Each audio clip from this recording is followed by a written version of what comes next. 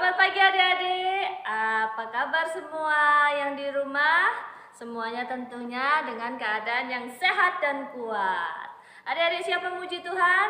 Sebelum kita memuji Tuhan, kita mau berdoa bersama-sama. Mari lipat tangannya, semua matanya ditutup.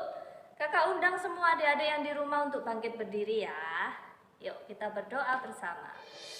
Bapa di surga, terima kasih buat hari ini kami sudah boleh melakukan ibadah online sekolah minggu. Berkatilah kami semuanya Tuhan, dengan hati yang penuh sukacita kami mau memuji-muji nama Tuhan. Di dalam nama Tuhan Yesus, haleluya, amin. Ya, kita mau pujikan lagu pertama ya adik-adik. Na na na na, hatiku senang. Yeay, kita pujikan lagu pertama.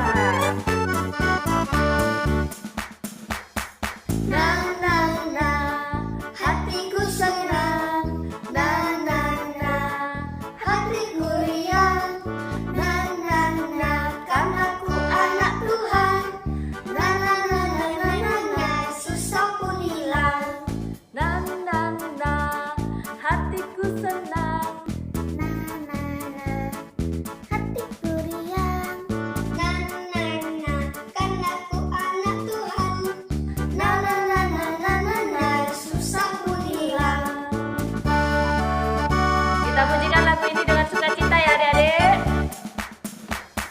Na na na, hatiku senang. Na na na, hatiku riang. Na na na, karena ku anak Tuhan. Na na na na na na na, susah pun hilang. Na na na na na na, susah pun hilang.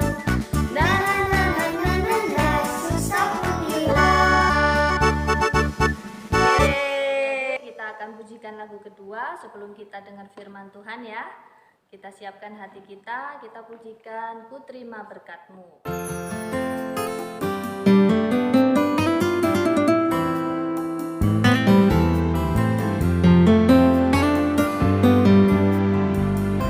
Yesuslah penolongku. Yesuslah penolongku,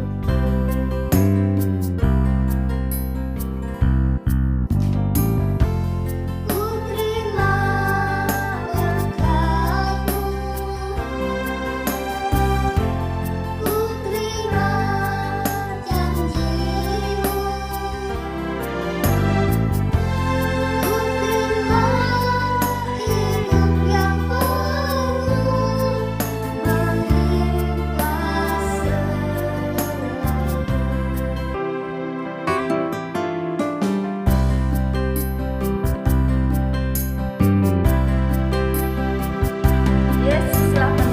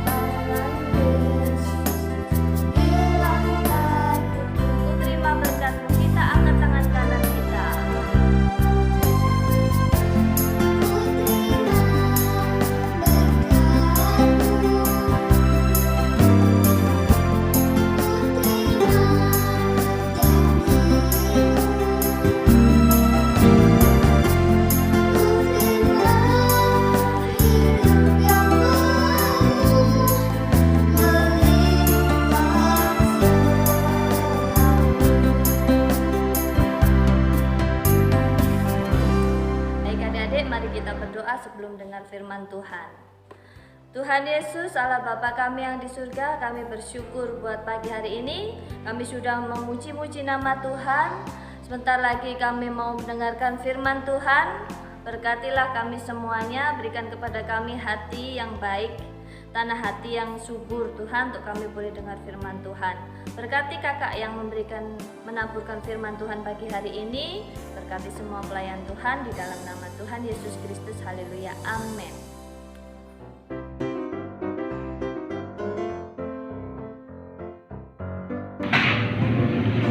Adik-adik, bantuin kakak yuk. Kakak punya nyari kado ke nyari parcel buah. Nah, bantuin kami dulu yuk. Apa?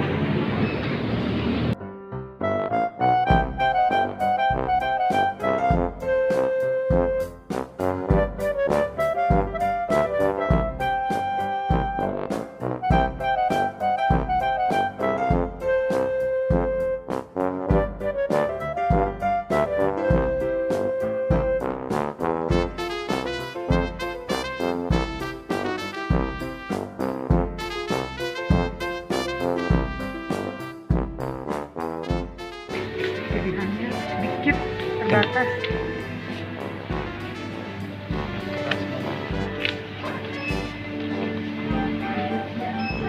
Yuk kita mulai milih ya.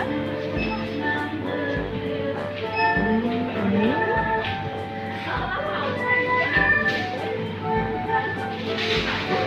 Nah, gimana Dede? Ini bagus kan? Gede? Besar ya? Ya. Pilihnya apa ini? Sama bagusnya sih. Dua-duanya aja yuk. Yuk, kita lanjut lagi. Berat.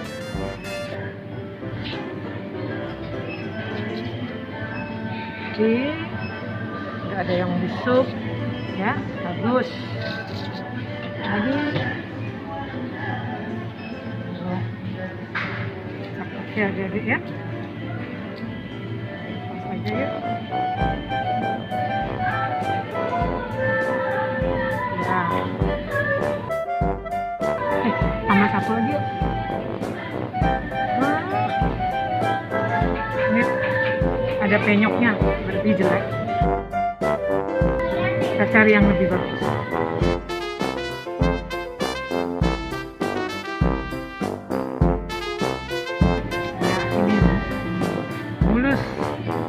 Bungkus.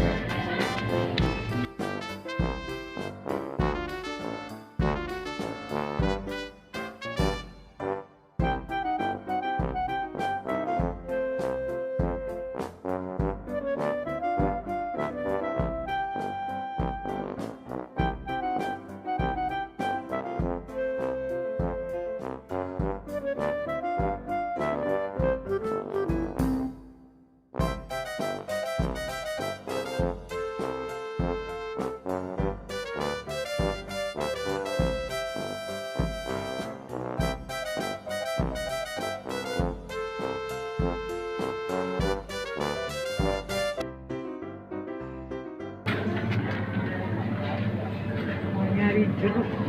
Mana jeruknya? Oh itu.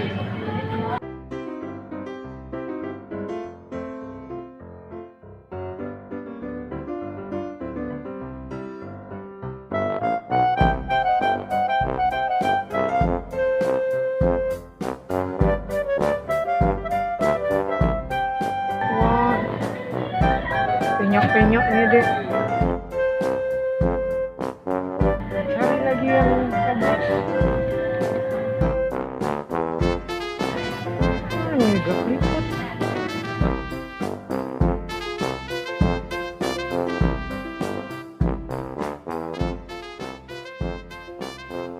Oke, ini bagus. Mantap.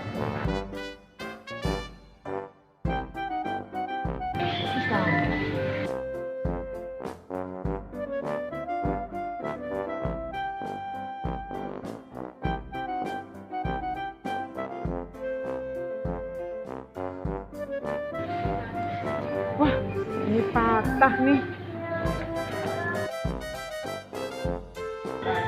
Yang ini aja. Bagus kan Adik-adik? Bagus ya? Udah matang. Yuk. Oke, selesai, kita mau bayar.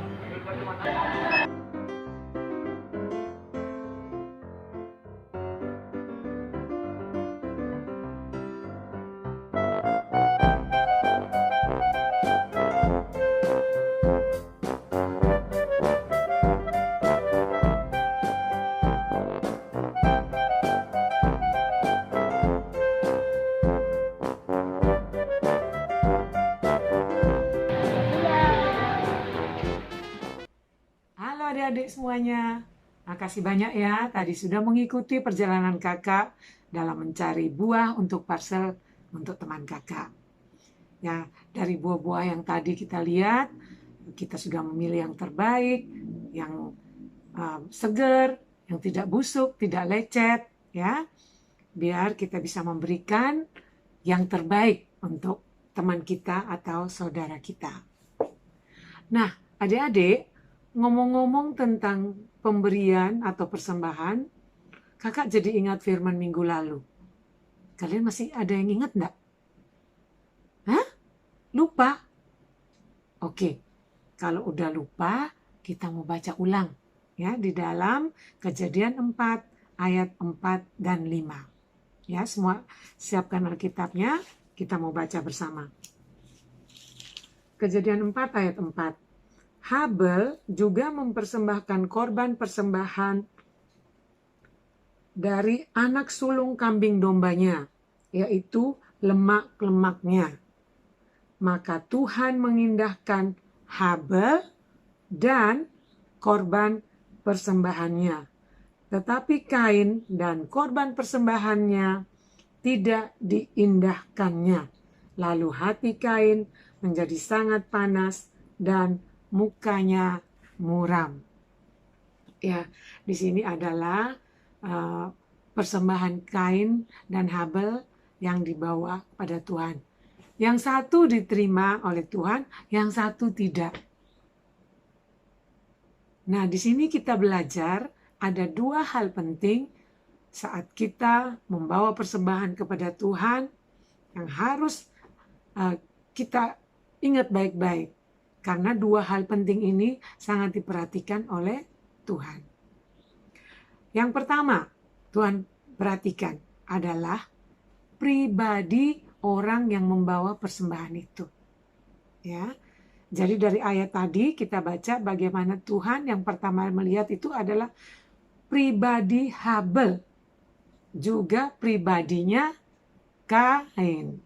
Ya. Kita lihat kembali di ayat 4 bagian B. Begini bunyinya.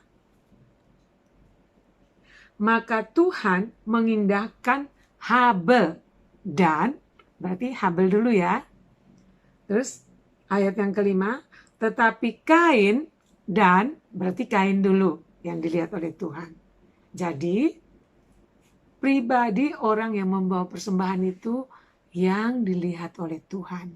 Kita sudah dengar bersama bahwa Habel membawa persembahannya dengan iman atau percaya sepenuhnya kepada Tuhan. Sedangkan Kain tidak. Dia berlaku sebaliknya. Karena itu persembahannya tidak diindahkan Tuhan. Oh, bagaimana caranya ya? Kok bisa ya Tuhan bisa mengetahui hati Kain itu tidak sungguh-sungguh dan bisa mengetahui hati Habel yang sungguh-sungguh? Hati kan di dalam, Kak. Kok bisa tahu? Ya, tentu bisa ya adik-adik ya. Karena Tuhan kita itu Tuhan yang maha tahu. Ya, tidak ada yang bisa kita sembunyikan dari Tuhan. Apa yang dalam hati kita, pikiran kita, semuanya Tuhan tahu dengan jelas. Oke ya, itu yang pertama kita sudah dengar minggu lalu.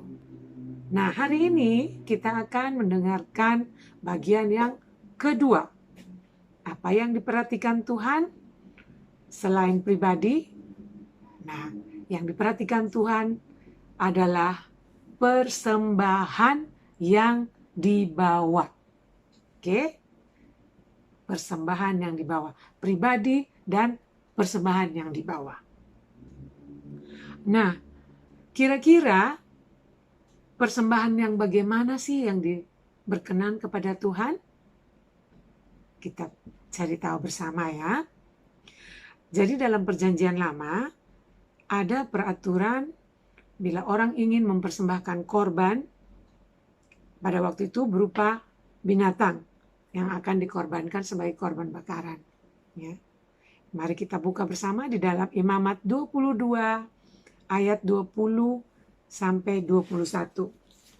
Imamat 22 ayat 20 sampai 21. Sudah ketemu semua? Begini bunyinya. Segala yang bercacat badannya janganlah kamu persembahkan. Karena dengan itu Tuhan tidak berkenan akan kamu. Ayat yang ke-21, juga apabila seseorang mempersembahkan kepada Tuhan korban keselamatan sebagai pembayar nasar khusus atau sebagai korban sukarela dari lembu atau kambing domba, maka korban itu haruslah yang tidak bercela supaya Tuhan berkenan akan dia. Janganlah badannya bercacat sedikit pun. Ya adik-adik, itulah syarat dari seekor binatang yang akan dipersembahkan kepada Tuhan. Yaitu tidak boleh bercacat atau bercela sedikit pun. Ya. Dan kita udah baca bersama bagaimana Habel melakukan itu. Dia memberikan yang terbaik. Yaitu anak sulung dari kambing dombanya beserta lemak-lemaknya. Nah ini artinya apa adik-adik? Kalau Habel memberikan anak sulung dari kambing dombanya, berarti dia sudah punya persiapan. Ya, dia sudah pisahin tuh. Oh yang mana anak sulung kambing domba saya mana? Saya taruh sini, kandangnya sebelah sini. Ya, mungkin seperti itu. Terus dari anak sulung ini mana yang paling gemuk, yang lemak-lemaknya yang terbaik. Ya, ini bagian sini. Jadi begitu dia berangkat membawa persembahan, dia sudah tahu, oh ini yang sudah persiapkan untuk bawa kepada Tuhan. Tetapi kalau dia tidak mempersiapkan, asal ambil aja, ya, ayo berangkat ambil mempersembahkan korban, ayo ambil yang ada di depannya, pasti apa? Bisa jadi bukan anak sulung, bisa jadi bukan yang terbaik. Ya. Jadi artinya Habel tahu memberikan yang terbaik dengan persiapan. Ya. Pasti dia sudah punya persiapan. Ya, tidak asal berangkat, tidak asal mempersembahkan, tidak asal memberi. Ya. Puji Tuhan. Nah, adik-adik, kalau Habel melakukan hal yang benar, ya sesuai kehendak Tuhan, maka berbeda halnya pada orang-orang Israel pada zaman Maleaki dulu. Mereka melakukan hal yang sebaliknya. Ya, ayo kita baca, kita buka bersama dalam Maleaki 1 ayat yang ke-8. Maleaki 1 ayat yang ke-8. Begini bunyinya. Apabila kamu membawa seekor binatang buta untuk dipersembahkan, tidakkah itu jahat? Apabila kamu membawa binatang yang timpang dan sakit, tidakkah itu jahat? Cobalah menyampaikannya kepada bupatimu. Apakah ia berkenan kepadamu? Apalagi menyambut engkau dengan baik? Firman Tuhan semesta alam. Ya, jadi ada yang bawa yang cacat, yang timpang kepada Tuhan. Sampai Tuhan menantang mereka. Coba bawa kepada bupatimu. Ya, boro-boro diterima sama Pak Bupati. Baru sampai halaman aja mungkin kita udah dicegat. Gak boleh masuk. Bawa apaan tuh? Masa binatang cacat yang dibawa? Ya, tentu kita langsung ditolak. Ya. Bahkan lebih dari itu, orang yang sudah bernasar sekalipun, bernasar, adik-adik tahu nasar ya, janji. Misalnya, Tuhan, kalau saya berhasil ini, saya mau mempersembahkan lembu jantan. Itu nasar namanya. Nah, orang yang sudah bernasar aja, mereka tidak menepatinya. Ya, mereka malah memberikan yang hasil rampasan, ya, yang cacat, ya, seolah-olah mereka lupa bahwa Tuhan itu Maha Tahu. Ayo kita baca bersama, kita lanjut di dalam Maleaki 1 yang tadi ayat 13 sampai 14. Ayat yang 13 mulai. Kamu berkata, lihat alangkah susah payahnya, dan kamu menyusahkan aku, firman Tuhan semesta alam. kamu membawa binatang yang dirampas, binatang yang timpang, dan binatang yang sakit. Kamu membawanya sebagai persembahan. Akan berkenankah aku menerimanya dari tanganmu? Firman Tuhan. Ayat yang ke-14, perhatikan. Terkutuklah penipu yang mempunyai seekor binatang jantan di antara kawanan ternaknya yang dinasarkannya, tetapi ia mempersembahkan binatang yang cacat kepada Tuhan.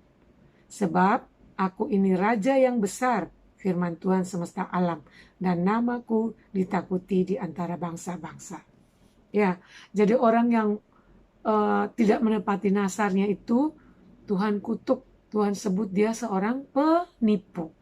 Ya, begitu parahnya kelakuan Israel pada zaman Maleaki, dan itu sangat mendukakan hati Tuhan. Nah, adik-adik, tentu Tuhan juga ingin bukan saja pada orang-orang pada zaman itu, orang Israel pada zaman itu, bukan untuk Kain dan Habel aja, tapi Tuhan juga ingin kita melakukannya seperti itu. Syaratnya memberikan yang terbaik. Ya, ngerti ya? Memberikan yang terbaik. Sampai di sini dulu. Nah, adik-adik, kalau sekarang ini kita ngasih persembahan kepada Tuhan, bukan lagi dengan membawa binatang, ya. Dan persembahan kita itu juga bukan hanya berupa uang yang kita bawa ke dalam kantong persembahan atau kantong kolektor, ya.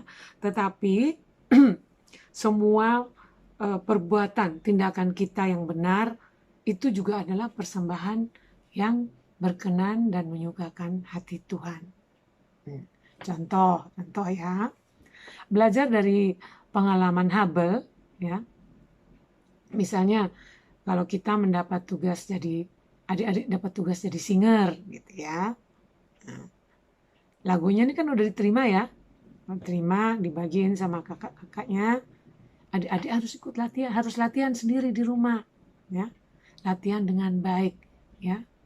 Bukan didengar sebentar, sudah lupakan aja. Terus nanti pas besok mau ngumpul baru tiba-tiba ngerekam sekarang. Ma gimana nih ma? Ini gimana ma? Nah, akhirnya nanti hasilnya jadi tidak maksimal, tidak jadi yang terbaik, ya. Contoh ya. Nah, contoh lagi kalau kalian ikut paduan suara, ya, tukur ya.